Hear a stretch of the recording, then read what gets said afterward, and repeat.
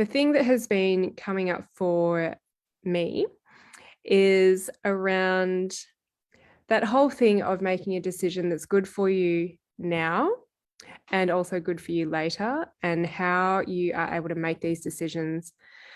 And also, it is about making decisions that you are happy to take responsibility for, and that you can see the lessons and the challenges in perhaps making those decisions. And you can see them as opportunities rather than, I so wish I didn't make that decision. Okay, so I'm talking about the outcome of making decisions that feel really good, that might be interweaved with some challenges, but feel good about that and see it as an opportunity.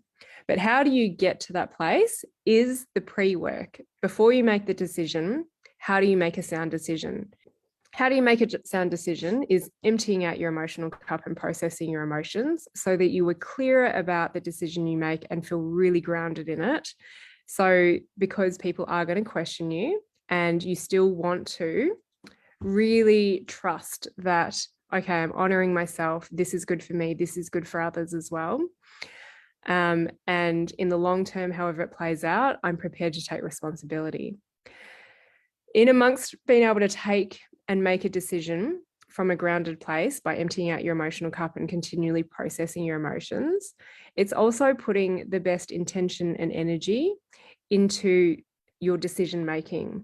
A decision can be considered an action as well. So I'm putting good intention and I'm putting good energy into this decision. And it's a very conscious process rather than I made a decision under pressure. I made a decision under duress. We usually will learn from other people's experiences, is why I want people to share more. We will learn from other people's experiences that when they make decisions, because it was influenced by others, because they were stressed or it was under pressure and duress, there's often regret. And then we have something that we need to process. And not everyone knows how to process their emotions, which is what I love to teach, and with the verbal dialogue process. If you have a decision to make, it's also, people do not need an immediate response. And this is something that I had to rein in with myself because I was getting myself in trouble by responding to people quickly. I am a quick decision maker, but I have had to really tune in, which is just for a split second, really tune into, is it right to respond right now? And if I respond now, is this going to be good for me? Is it going to be good for them? Is it going to be good now? And is it going to be good later? So I have made mistakes, and particularly in the last year. And this is more when I was running a team.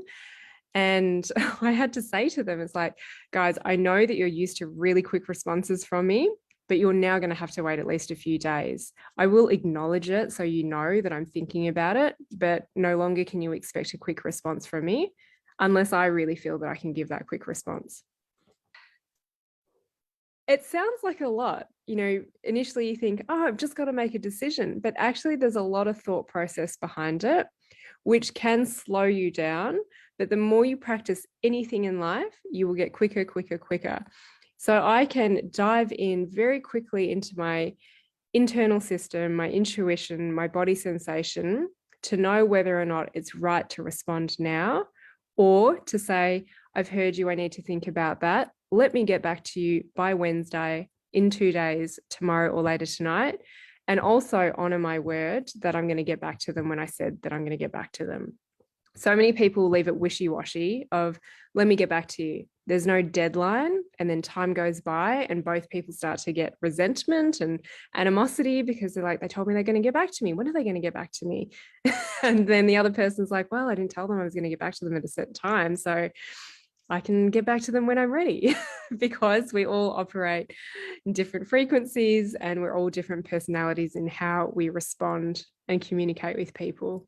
I did a separate podcast about the space between, and I also talked about the milestones on the masterclass, which is only going to be up for another 10 days on the podcast, and there's a video replay.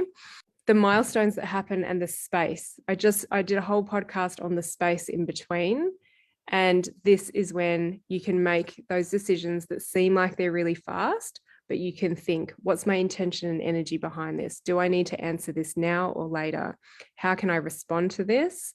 And is this decision going to be good for me and also the other people and maybe the wider community involved?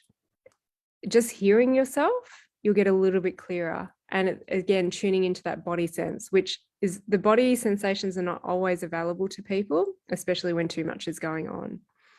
And so that's why I say take the time out, and with that space, you're going to be happier with whatever decision you make.